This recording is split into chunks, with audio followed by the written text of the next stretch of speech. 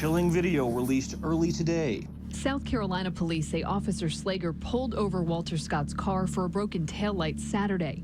What happens a short time after is all caught on video by a bystander. Disturbing graphic images captured by Phaeton Santana, a 23-year-old Dominican-born barber, was simply on his way to work. As the result of that video and the bad decision made by our officer, he will be charged with murder. If convicted, Slager could be sentenced to the death penalty. He needs to know that that wasn't an animal that he killed. He was my son. So you think that's what happened? That's why he initially ran from police? I do think it might have been something in his past. An outstanding warrant, maybe for child support, but it's still not a reason to be gunned down. I couldn't believe that a traffic stop could go from a stop to a taser to a shot. I just couldn't believe it.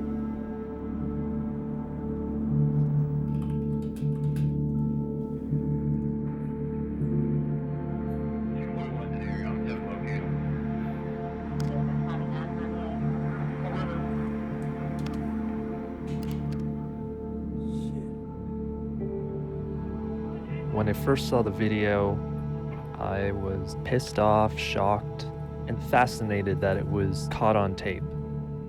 I offered my video skills to help indict the officer. Finding frame 394 was an accident. The work that I'm doing in a legal setting would be considered the work of an expert witness. I am not an expert witness. Prior to a month ago, I had no idea that this job even existed. Sometimes I zone out when photocopying something. I stare transfixed at a shiny bar of light scanning over my textbook. I'm looking at this thing back and forth, and I'm trying to figure out how's that scan turning into a page. You open up a magazine and you look at an image. I look at the pixel arrangement of how it's printed.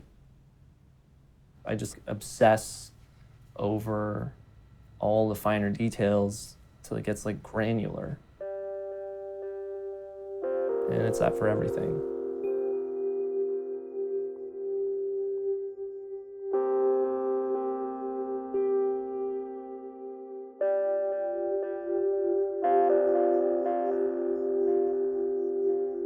This one was an experiment made in 3D software with a fake sun, so I knew where the sun was at any given time, poked holes in it, and it projects a dot matrix of the time of day. And then I've got the final plan for a Burning Man, a giant one, but that keeps getting pushed aside. The officer is seen handcuffing Scott as he remains face down after the shooting. In addition, the video appears to capture Officer Slager planting a taser gun next to Scott. A cop actually planting evidence? That's crazy. You never get that on camera. Every cinematographer, I'd messed up enough footage. So image stabilization has always been part of the process. The New York Times reported that an object was planted beside the body. I just wanted to know, was it a taser or was it not a taser? I can figure this out pretty quickly. Stabilize the footage, post it to Reddit, and shit goes bonkers. It became the most commented GIF ever posted to Reddit. I was reading what everyone was saying about it. Lots of hatred, this cop should fry, electric chair fry. I realized I pretty much fueled hatred. I didn't like this guy, but now people want death on him. I felt pretty guilty. I knew there was important information in all the shakiness. So if I had captured this footage myself and I wanted to present it to people, I would want to make it as clear as possible in order to communicate what happened as clearly as possible. I made a timeline of wrestle on the ground, the shooting, dropping of the taser, going to the body and cuffing it, highlighting key moments, all stabilized, telling a clear narrative. I pretty much lost track of time, and my friends told me I was weird. I just wanted to know, did he plant a taser?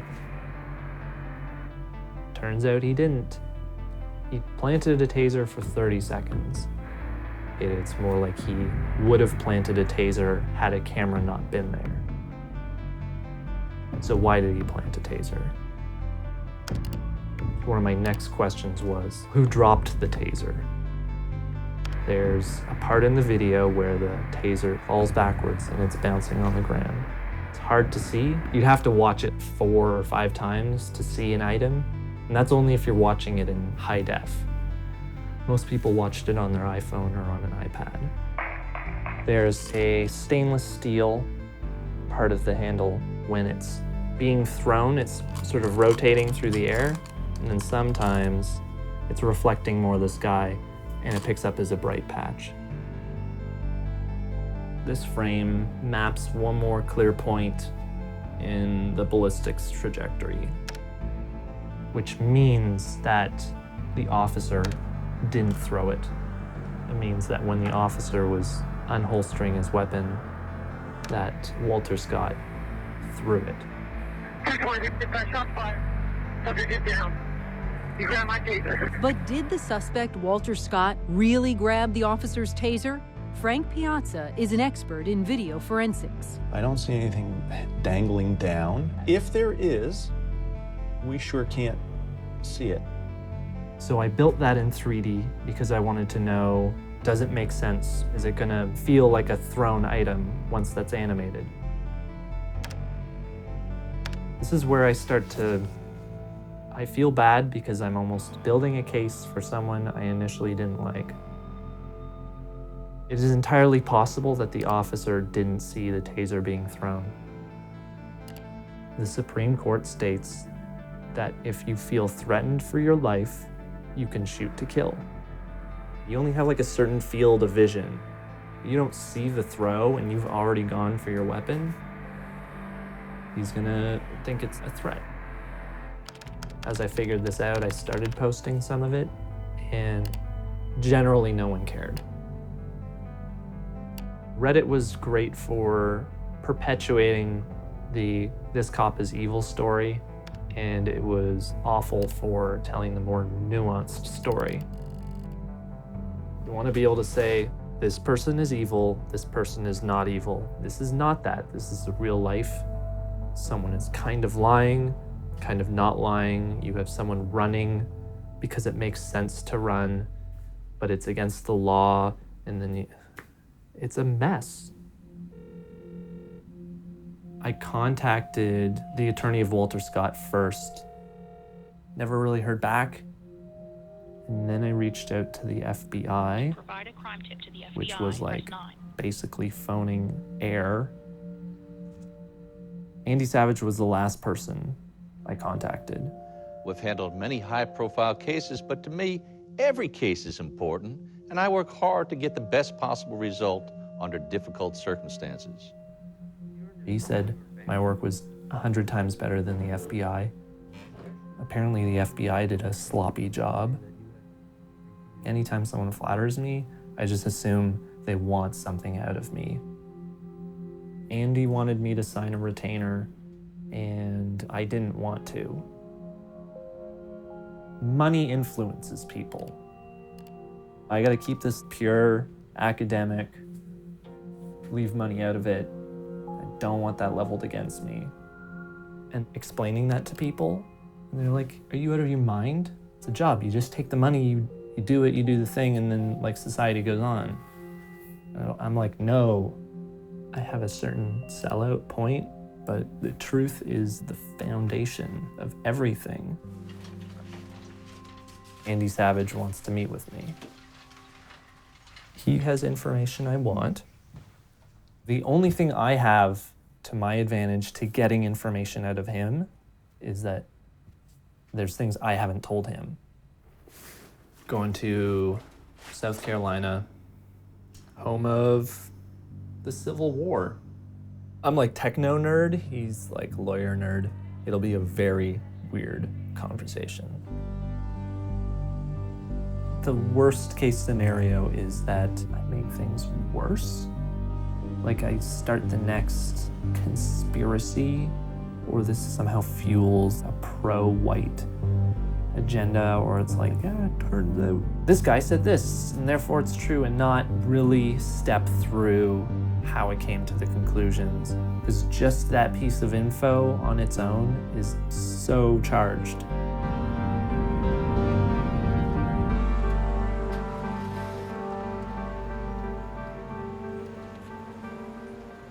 Everybody in America is entitled to the same respect and the same application of the law. We believe that firmly. That's why we're in this case. Not because we like Slager. We saw that a fellow lawyer abandoned his client in the time of greatest need. We then accepted this case. We're not getting paid one penny. And Madam Pocketbook right there can tell you we've spent over $105,000 to date. So your contact with us was when we internally were starting to realize what happened. Mm-hmm. You know, those statements, white man kills unarmed black man after traffic stop, that's true. But that's not a true narrative. It's a false narrative. I worry that like I fit the narrative and therefore in your mind I'm correct. You're a layman. Hell, you don't even live in the United States. You have nothing to do with this case at all. Nothing. No, other than... You have not the first hour of credit in college or law school, yet you looked at that video and said, oh, there's more to this video than just what's been editorialized and put on TV. Let me look at the rest of it. It's so important that you're independent from the American narrative of police misconduct, where the default position, the presumptive decision is that if a white cop shoots a black man, it's unlawful. I think the public perception is that it doesn't, you know, there are these rules of escalation for police and how they're trained, but a lot of people are like, well, those are wrong. You know, he's still shot in the back. If your taser weapon is removed from you, you lose possession and control of it. Lethal force is not only suggested, but you're told to use the lethal force to regain that. There's Scott's DNA all over the taser. You got the blood all over Slager's shirt. So we're quite satisfied that a jury will be able to see that Scott was not the angel that they thought he was. But there's enough on the video where you can tell that Scott's on top of Slager, only because of the clothing that they were wearing. Yeah, maybe we'll go to that frame, because my analysis of the video is that the smear that makes it look like Scott is on top of Slager, that's the camera smear that only shows up in a couple frames.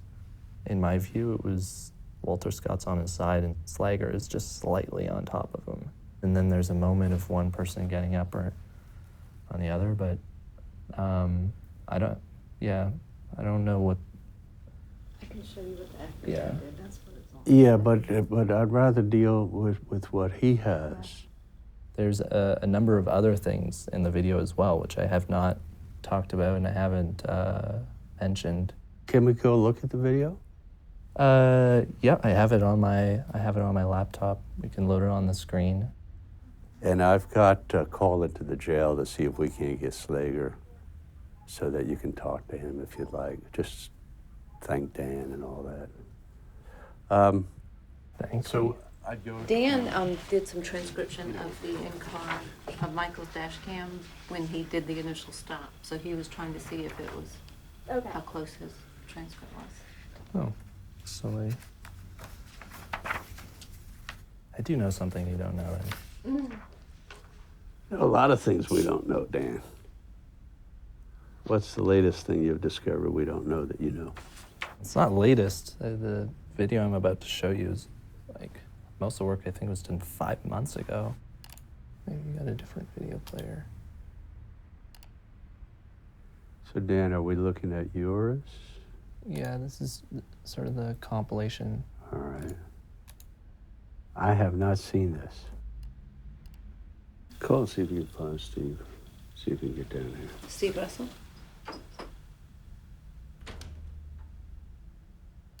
Stop here, Dan, Sure. because this is how Andy interprets this, and I want you to correct me, please. Sure. I interpret this as two individuals. Yeah. Neither one who's standing.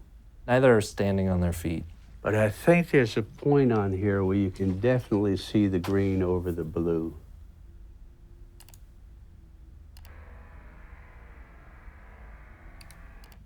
Now, you think that's a smear?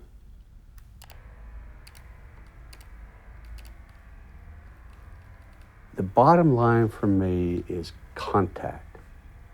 Now, to get Slager on bottom would be interesting and it would be helpful, but it's not necessary. We don't need precision in who was on top, who was on bottom, who hit him with the right fist to the left jaw. I mean, we don't need all that specifics. What we need to show really is the contact, that there was an assault. So this is the point that most of the media cuts to. I'll just quickly jump forward. So this is Okay, so this is the critical spot right here. So this smear is what I think is consistent with it's like a metallic handle, and I think that's a glint of light off the taser. I'm thinking back to almost like tag when I'm a kid. You throw the object in the opposite direction to get a running head start. If Slager saw it, he would have had to go back and pick it up and then continue chasing. But if he didn't see the taser being thrown, then he would have thought Scott's holding it. So he calls it in saying he grabbed my taser, but then he goes over to find out that the taser's no longer there. That's it. Surprise, surprise. Hello? This is Dan. Dan is the fellow from Toronto. Remember early on, he sent us some video work. I really just wanted to talk to you and tell you that we're working on it. Dan came down here on his own. He switched sides. He's a Benedict Arnold. He started out on their side until he looked at the video, and then he switched sides. Apparently, Scott didn't want to hear from him anymore once he told him what the whole picture was. Tell him the story. So originally I was trying to, make things look worse for you, and that went viral. I think there was 6,000 comments that were not in your favor, to put it nicely. Yeah, and then I just sort of went down the rabbit hole of what else did I miss in this video. So what's odd is that the clearer the video gets, the more, is innocent the right? The more consistent it is with your statements, right. The cleaner the video, which normally it's you want a video of a crime to not exist, or a video. Yeah, we want your video to be the best it can be. We don't want mud. Yeah. So what Dan has showed us this morning is very compelling. But I'm not opposed to switching sides again. Well, TSA might not be his biggest problem if he says that again. All right, thank you, guys. Good to meet Dan. Good to meet everybody. All right. Thank you. Yeah. All right, look for a maple leaf under your pillow.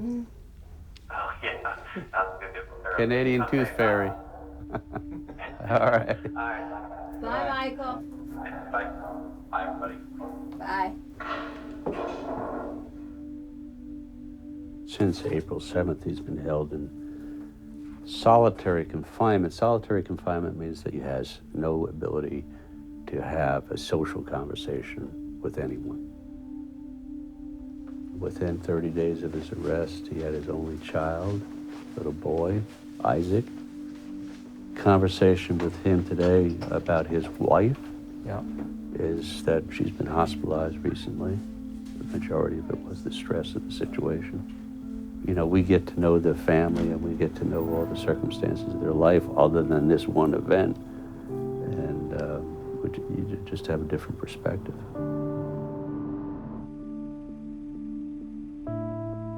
Benedict Arnold, I have no idea who that is. I still haven't looked that up. Said it was someone who switched sides. I don't like that terminology of switching sides, because I'm not on a side. I don't want to befriend a murderer. I haven't told him all my work. I did give him the main bulk of it, though. Each car has a dash, so there's gonna be recordings of like people talking. So I would know the testimony as it came out. I don't have that. Like, that's what I've asked Andy Savage. I don't think he wants to give it to me. That's a huge problem. It's a huge problem. If I had all the info, I'd know whether or not I'd want to be involved.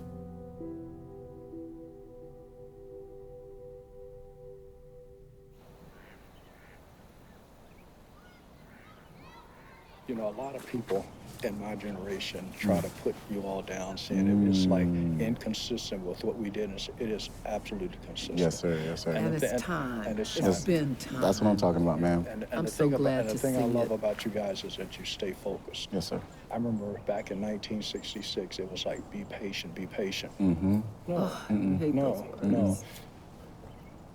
He died in 1822. Yep. And ever since then, they were saying be impatient. Yes, sir. We just had some protesters shot in Minneapolis yesterday, and so we're taking the hits left and right. You really are doing the right thing and the right way. Just stay true to it. Yes, sir. Appreciate you. Yeah. Okay. Thank you. Thank you. You're in my prayers. Appreciate you. Enjoy. For sure. So I just like go down this rabbit hole of like frame by frame, and then I realized that that Walter Scott actually threw the taser. So he had the taser in his hand, but he threw it in his blind spot as he's drawing his weapon. I don't know this 100%. I wasn't there. I wasn't in his head. But it's highly, highly likely that he shot him in the back thinking he had his taser. So you get this bizarre narrative. It is a bizarre narrative. It's one of those narratives that which is interesting, because Faden, Walter, and Michael Slager, you know, are the three people that were there. And so I like the radical narrative. I like us being able to think about telling stories ourselves. And then I like us to be able to like, be in tune with the reality of things at the same time. The fact that Michael Slager pulled his trigger 8 times and the holes in the back of Walter Scott. Those are the types of things that, you know, can't be interpreted. With media, there's so many different narratives that then nobody knows what the truth is.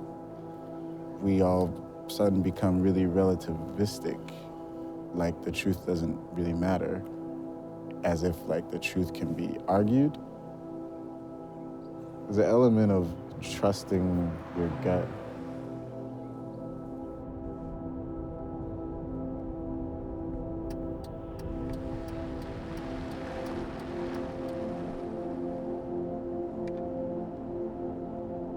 The first time I saw the video, we were sitting in the car. You know, it was some of the Scott family and Mr. Santana. Hearing the shots and then see the members of the Scott family processing it. There's not many words for that, you know?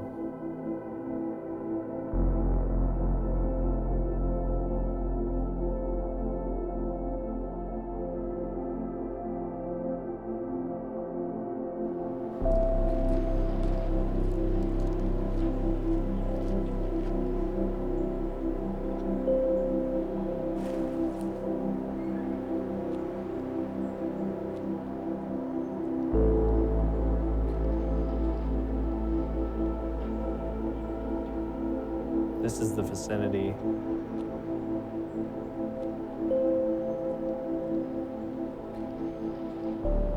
I've built this place digitally. I've moved the trees around.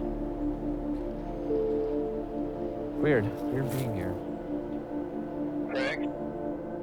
Remount Road next to the Muddy Man and a fire station.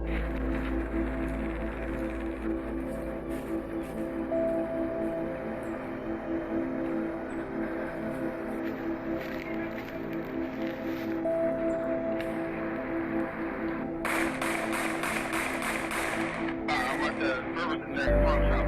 Where are you now? 223, dispatch, shots fired. Subject is down. You grab my taser. Dispatch has 23 shots fired. You grab the taser, subject is down.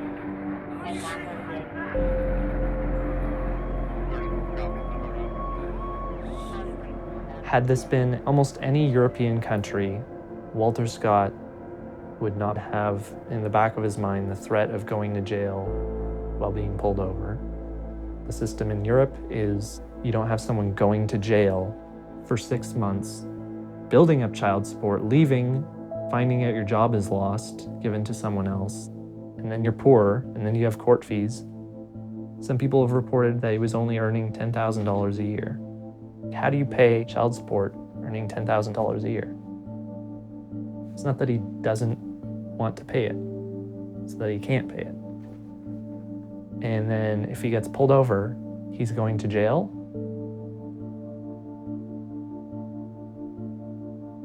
That isn't a system that works. If the jury does take the officer's side, there's certainly going to be this perception that justice doesn't exist. It's a joke. If you've got a good enough lawyer, if you were a cop, there's no such thing as justice. We already know the truth. We already know that this has been happening. This has been happening for 400 years. It might be a colossal event for folks that still have faith in the justice system, but this system of justice has never been just to us. Like, this is not getting better. It's not getting better. More people know, but it's not getting better. We're getting to a point of fatigue of trying to analyze individual videos of individual cases, arguing about, in this moment of the video, I see this, and in this moment, I see that.